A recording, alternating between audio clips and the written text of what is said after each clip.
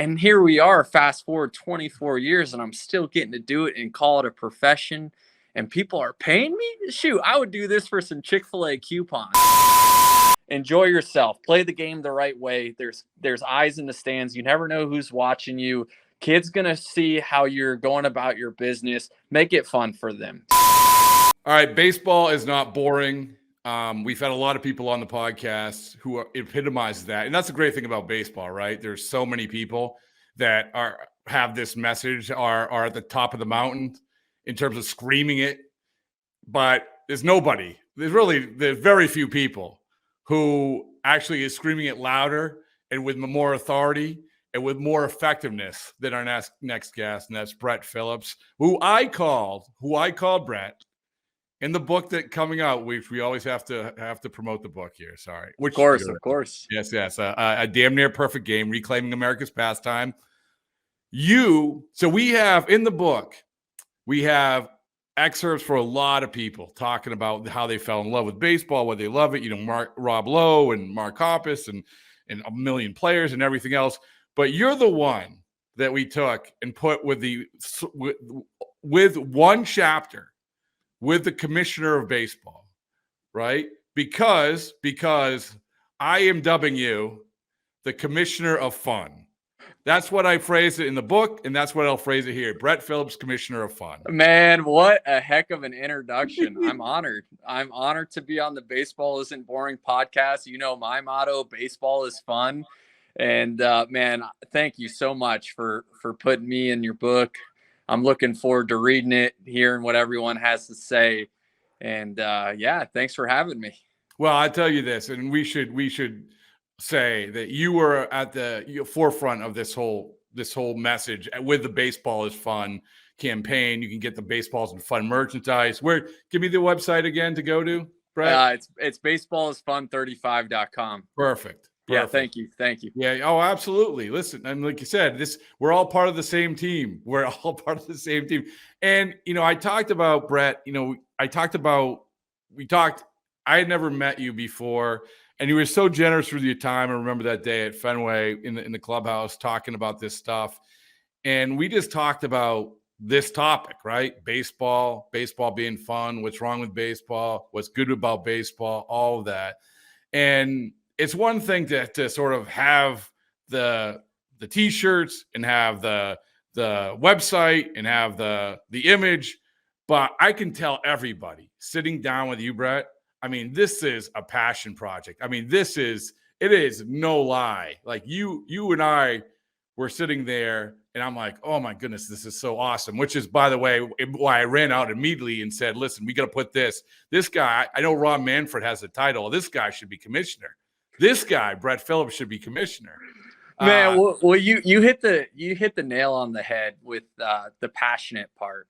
I'm just so passionate about what I do. First of all, just feeling so blessed to be able to play a game for a living, right? We're playing baseball, a kid's game that when I picked up the bat for the first time at 4 or 5 years old to play t-ball, and I fell in love with it.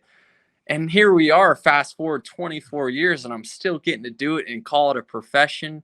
And people are paying me? Shoot, I would do this for some Chick-fil-A coupons between you and I. Don't tell my agent I said that. But, man, again, it goes back to being passionate. When you're passionate about something, you believe in something, it's fun. It's just so easy to talk about. And here we are talking about it, and just I'm pumped. Yeah, and the thing is that you have the message, and you're great at giving the message. And I don't know, like over the course of this year, we've talked about this. And Coop, say hi. Coop's sitting there. Say hi, Coop. How's it going? Hey, Coop. Welcome to the show, man. Yeah, I appreciate being on with you, Brett. Three of us have really, really good hair.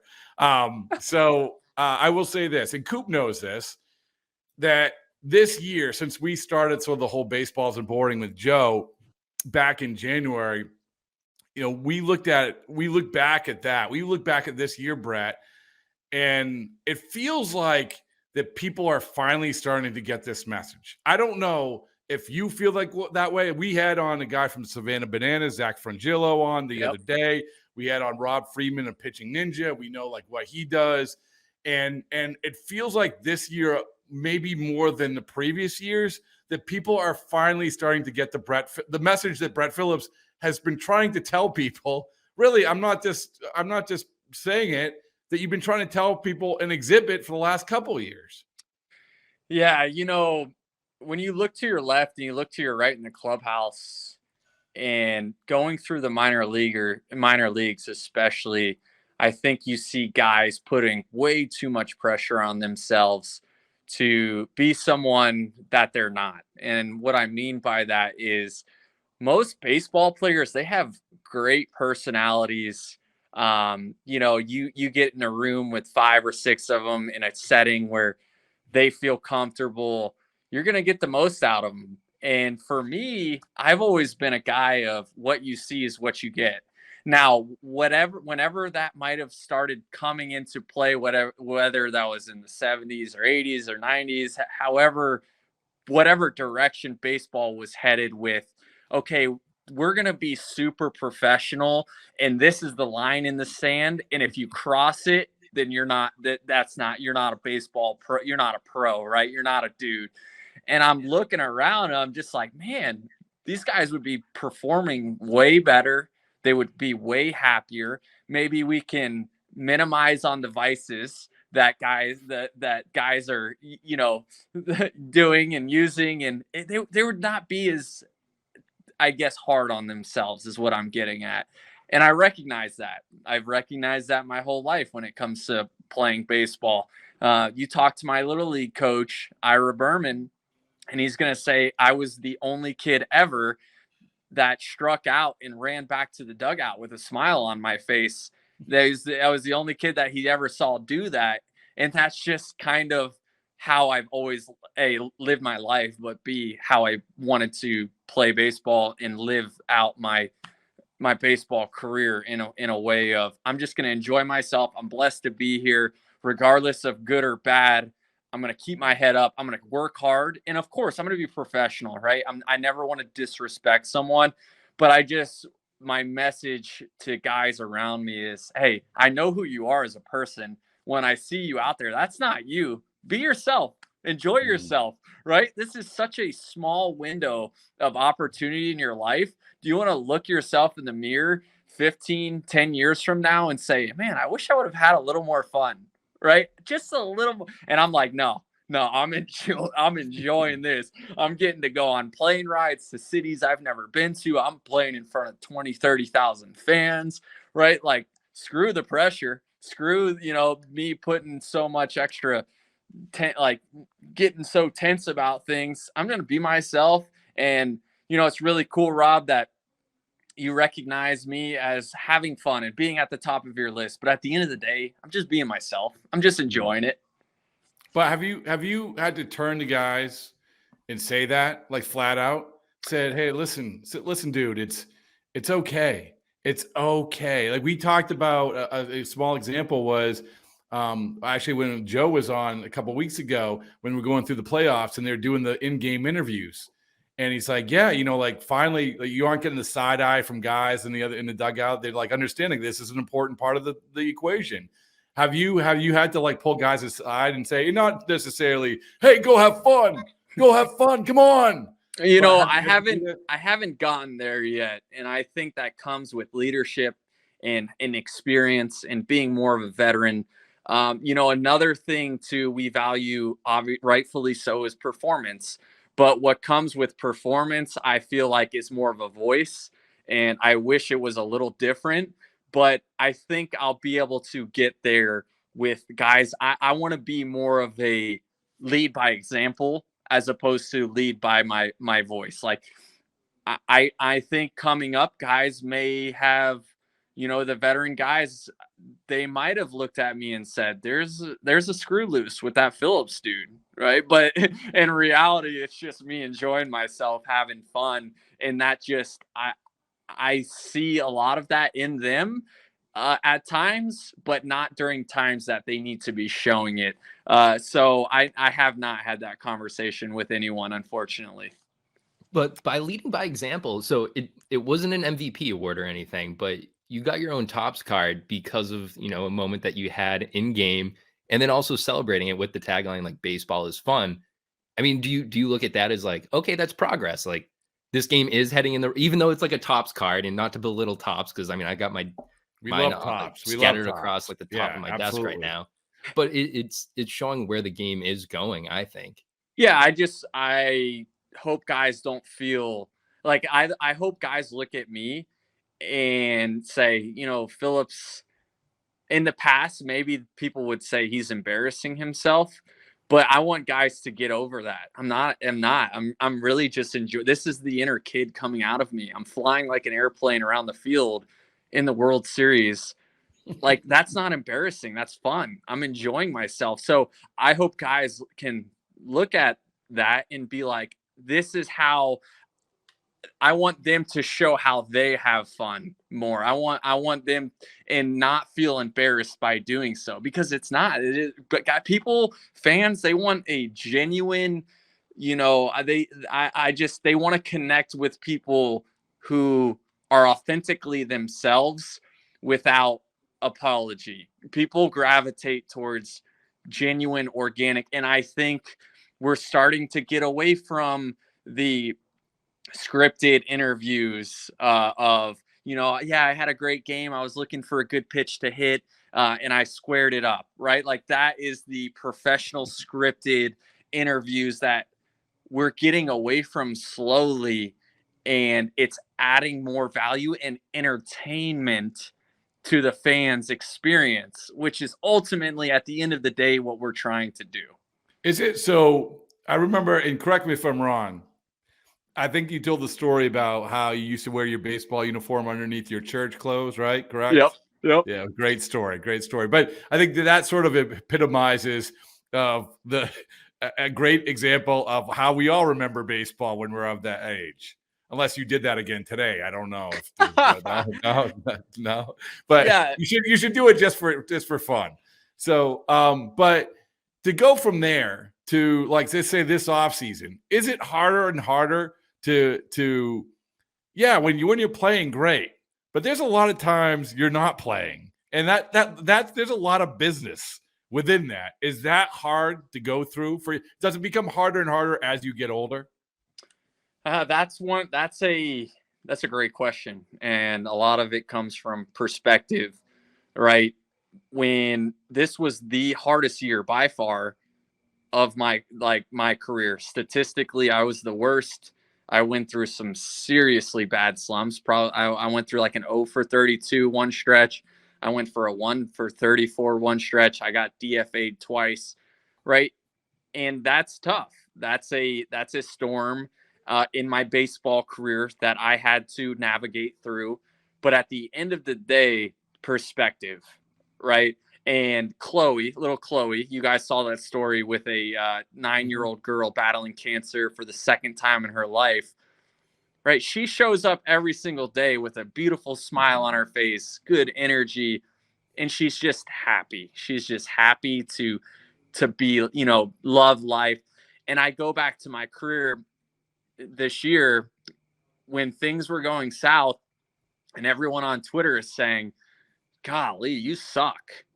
Rightfully so. It's okay, right? But I've never lost perspective as to, I'm still playing a kid's game. I'm still enjoying myself. I'm still having fun. I still believe in myself. Regardless of how bad I'm doing, I know I'm going to continue to work hard, be a good teammate. I'm going to control what I can control.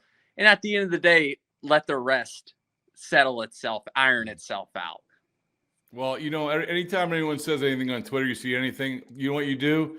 You just respond with one of the 3 grand slams a couple of years ago, So there you go. I mean, that's what I would do. Coop, right? I mean, if you have it, listen, why not? You walk the talk. Man, as bad as much as I want to defend myself every time I'm getting roasted, again, I just go back to, all right, how much money did I just lose this person? Why is he or she or they or them? Why are they so upset? I think about it.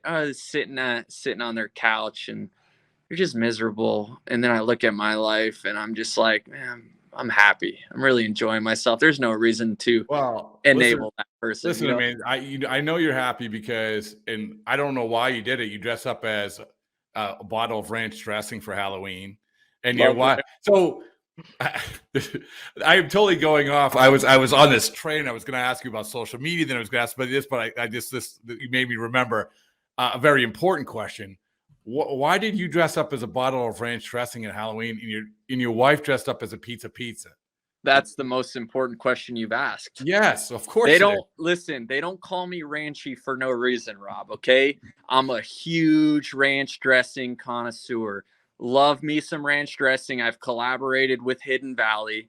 You know, like when it comes to food, for the most part, you're going to see ranch dressing involved as a dipping sauce or condiment to go with my food. I told my wife this year, a month ago, I linked up with Hidden Valley. They sent me the costumes. I told my wife, don't even worry about picking out a Halloween costume. I got us this year. And she had no idea till the night before when I whipped that slice of pizza out and put it on. And you guys can go check that out on my Instagram, the photo. And I had a bottle of Hidden Valley ranch dressing on. And that's just my favorite food. That's the best combination in the world. And no one can argue with me because it's just what it is. But why? What Patrick Mahomes is to ketchup, you are to ranch. Exactly. I'm not familiar with that, but yes, it sounds. Loves to put ketchup on his steak. But why did she go as pizza? Like I would. That's my favorite combination with ranch. I'll have Sam. Yeah, I'll have. I had no idea. So like I thought, okay, celery, buffalo wings. No, pizza, I'm thinking, bro. Pizza? Hey, next time you have a slice of pizza, we're having pizza tonight. Trey, my father-in-law, we're staying at my in-laws right now. Our house is getting done, but I'm gonna go crush some pizza and ranch after this interview, which I'm super excited about. My mouth is actually watering as we speak. But next time you have a slice of pizza, if you don't have and you don't send me a photo of a side of dipping ranch sauce next to it, Rob, I think our friendship might be over. All right. Well, you know what I'm gonna do? I'm actually gonna do that. Now it'll be. I said the other day, Coop. I said the other day. I only have carbs once a year. That's at Thanksgiving, but I'll make a special exception. Oh, well, listen. If you don't eat pizza, I totally understand. No. I won't judge you, but judge me. Okay. Brett won't judge you, but I will. No, judge me. The message and the friendship is at stake, so I'm all in. It is. You better shoot me a text too. Oh, absolutely. Listen, it's done. It's done. It's inspired. You inspire in many ways, and that'll be your next bout of inspiration. Heck yeah. So this happened. I knew this because of social. Here's my awkward segue. That happened because of social media. So social media is a big part of this equation, right? And you talk about fending people off on Twitter. But at the same time, you're inviting people in, which people love. This is a whole big part of it. And then I think, Brett, that we talk about players giving away their personality in interviews. I think up until this year, got a little bit better, as you point out, this year. I felt like players were so wary of controlling their, I hate this word, but lack of a better term, brand, that they're like, I'll show you my personality. Go to my Instagram account, right? Instead of just doing it all the time. I don't know where you come down on the whole ball of wax when it comes to social media. I think social media is it's great and it's bad at this. It's a double-edged sword, and I think you can agree with me. It's almost like social media, you get to pick and choose what you want to show your fan base, right? But if that doesn't match up with who you are in interviews, who you are as a person, as a teammate, as an individual, that's where guys start to have an issue, right? Oh, you do all this, and this on social media, and you portray this, but I know you as this, and this. So I think there's a fine line of, yeah, guys, definitely promote your brand, show you who you are, but make sure it's organic and genuine. Make sure that's who you are as a person, because you can only fake it for so long. That's what I'm getting at. Don't be embarrassed about your personality. Obviously, there's always going to be a level of respect and professionalism, but don't be embarrassed to show who you are, because at the end of the day, that's easy. That's easy to show up to the ballpark and be who you are. And then on top of it, you have to go out and compete at the highest level. Why do you want to have to be worrying about things like that, as simple as that could affect your performance? And again, that's just the culture of where I think baseball, it's the last sport to follow. You're starting to see a lot more personality in NFL and basketball, and you look at their Instagram following compared to MLB, and we can argue about, why there's just not enough eyes watching MLB stuff and games, but that's a whole different topic. But like on the surface, I just look at baseball players being the most reserved personality wise, and I just want to encourage guys to just be yourself and let the rest follow. And obviously, again, I always want to touch on professionalism and not crossing that line of disrespecting anyone, but it's got to be exhausting for guys to, be someone they're not on a consistent basis. Coop, this is going to shock you, Brett. Coop is slightly younger than I am. Coop, what's your perspective on what he just said? I think it's spot on, and I think there's no better example than what Tristan McKenzie and I believe Jazz Chisholm got in on it too this postseason. In that, and this was great by MLB because this was an opportunity to market your player as like the centerpiece of like the entertainment. And what they did was like the pregame before the World Series is that they had Tristan McKenzie and they had Jazz Chisholm go out and like use the MLB social media accounts to just ask players, whatever was on their mind. It wasn't structured interviews. It was just like one ball player talking to another. And it humanizes the guys a little bit more. And B, it kind of shows like what it's actually like to be a ball player and be in those like type of conversations. So it circles right back to the organic nature of social media. And that is the best way to promote baseball, I think. Yeah, and I think that those guys are. It also comes back to what Brett you were saying. It's genuine. I don't know them, but most of these guys. I think everybody leans into people who are genuine. You are clearly a genuine guy. There's no doubt about it. And we had, like you said, we had a Joe Kelly Holiday Spectacular this the other day, and Coop, you saw the responses. It's like, this is a genuine guy. Now, he has a different personality than you. Yeah. But that's okay. Okay. Just be genuine. And this is always, Brett, like when I was covering David Ortiz, I would be like, that's what I said about him. People asked about him. I said, what I like about him is that he's genuine. Sometimes it gets him in trouble, but he's genuine. That's it. Rob, hey, that's great. And it goes back to having mixed reviews. And those guys who have mixed reviews, it's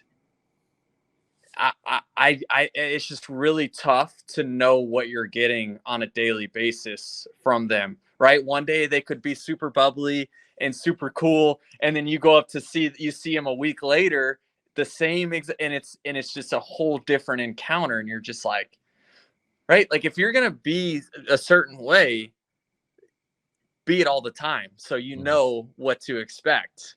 I know if you just you're a pissed off dude and you're just super competitive, right? But you're that every single day. That's you. That's great. But don't give me this mixed reviews crap where I don't know how to talk to you because we just had a great conversation one day and you're super cool, and then the next you're just not. And I'm just like, who are you? Who are you now? And even like when you look at that with like trying to reach out to fans and trying to get that brand, it's like you're not going to make everyone happy with the brand, but you can grow your own like little niche market of like like people that enjoy the MLB and they gravitate towards that like competitive nature. Like maybe not everyone gravitates towards that, but you will find that group of people that do find that interesting and do relate to that. And it's exactly what you're saying. It's the organicness, it's the genuineness. Yeah, and so that actually the last thing, and I appreciate your time, Brett. I really do. It's been great talking with you. And one of the other things when we had that conversation for the book, which was I've ripped off a million times. I owe you copyright. It's copyright infringement, but it was such a good point. You said to me, and it like lasers were coming out of your eyes. You were so intent of this. I know how to grow the game by 50%. I don't know if you remember this, right? Yep. Oh, yeah. Right. So the floor is yours. I mean, I could repeat it because I've repeated it a million times, but it made a whole lot of sense to me. How can you grow the game by 50%? Yeah. So if you're a baseball player and you're looking to grow this sport in the right direction, remember what was fun to you as a 8-year-old boy showing up to your first Major League Baseball game, or if you never had that opportunity because, finance, whatever, you just didn't have that. Think about what would be fun to you. Well, first of all, you want to talk to one of those Major League Baseball players. You want to have an interaction, even if it's a wave, even if like they say if it's a short hello, like that's fun. So as a baseball player, remember that every kid you're walking by, even though that you're locked in and you're super competitive and you can't wave to that kid who's yelling your name, you know what I say to that? Screw you. Second of all, sign an autograph. Okay. If you're signing 162 autographs in a year, that's one autograph a game. Take the time to sign an autograph or two for someone that came to support you, even if they don't know who you are. It's going to leave an impression on them that is what makes the game fun. And if you don't want to do that, screw you. Third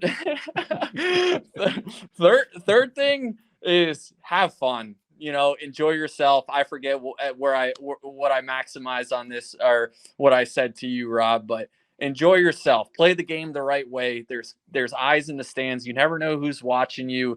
Kid's going to see how you're going about your business. Make it fun for them. Show them that regardless if you strike out, there's still tomorrow. There's still another at bat. And if you can't do that, you know what I'm going to say. Yeah. Listen, I mean, it's hard to argue. It's hard. And all of it's hard to argue. And you know why I know it's hard to argue? Because I keep repeating it. I ripped it off from you.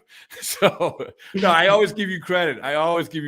So Thanks. it's say it as much as you want, but again, no. It makes so much sense. And honestly, after you said it throughout that year, I forget when we talked, maybe July or something, but I went in and talked about it with other players. I remember talking with Rob Refsnyder about it, who I think is a really, really genuine, nice guy, means well. And he was just like, he really introspective too. And he just sits there, he think, yeah. And sometimes I think that's all these guys need to be reminded. We forget. And again, this is where my message comes. Baseball is fun. Remember why you started playing the game in the first place. I get that when we get older, the competitive part of things starts to creep in and maybe makes it the pressure, the politics. Things start to creep in, but at the end of the day, just don't forget why you started playing this game in the first place. Well, baseball is fun. It's not only it's a slogan, it's a website, it's also a mantra. And baseball isn't boring. We're all, like I said, we're all part of the same team. Brett, I really appreciate it, man. And also, I'm going to go smother myself in ranch dressing immediately when this is done. Oh, I mean, listen, I do. So I got to ask. I mean, when you have this relationship with Hidden Valley, it got you a Halloween costume. I hope it gets you like free ranch dressing or something, doesn't it? Or haven't pushed the envelope. I'm waiting till I put together a really good season, and then I'm gonna. Hey, you want to really take this to the next level? Well, Coop, we're pretty good. Coop and I are pretty good about getting pushing along endorsements. James Strom with Tops. We got Matt Strom on the box of Tops. Strider. Well, the big one is percentage of 78%. I will get you on the cover of Hidden Valley Ranch. Oh, okay. There you go. We can work with that. 8%. We also James Paxton, Big Maple. He is officially, well, not officially. We have to sign the papers. Officially, unofficially, the sponsor for the Vermont. Director of Agriculture of the state of Vermont has contacted us. I'm not even lying. The ambassador for maple syrup for the state of Vermont. that's because of our efforts. That is beautiful, fellas. Keep up the hard, great work. I know now you're doing our it for next the right project. reasons. All right, we got to go. Hey, listen, happy holidays, and it's so good to talk to you, and great things ahead for you. Fellas, always a pleasure. Baseball isn't boring, and baseball is fun. Don't ever forget. See you, fellas. Appreciate it. All right. Yep. Thanks, Brett.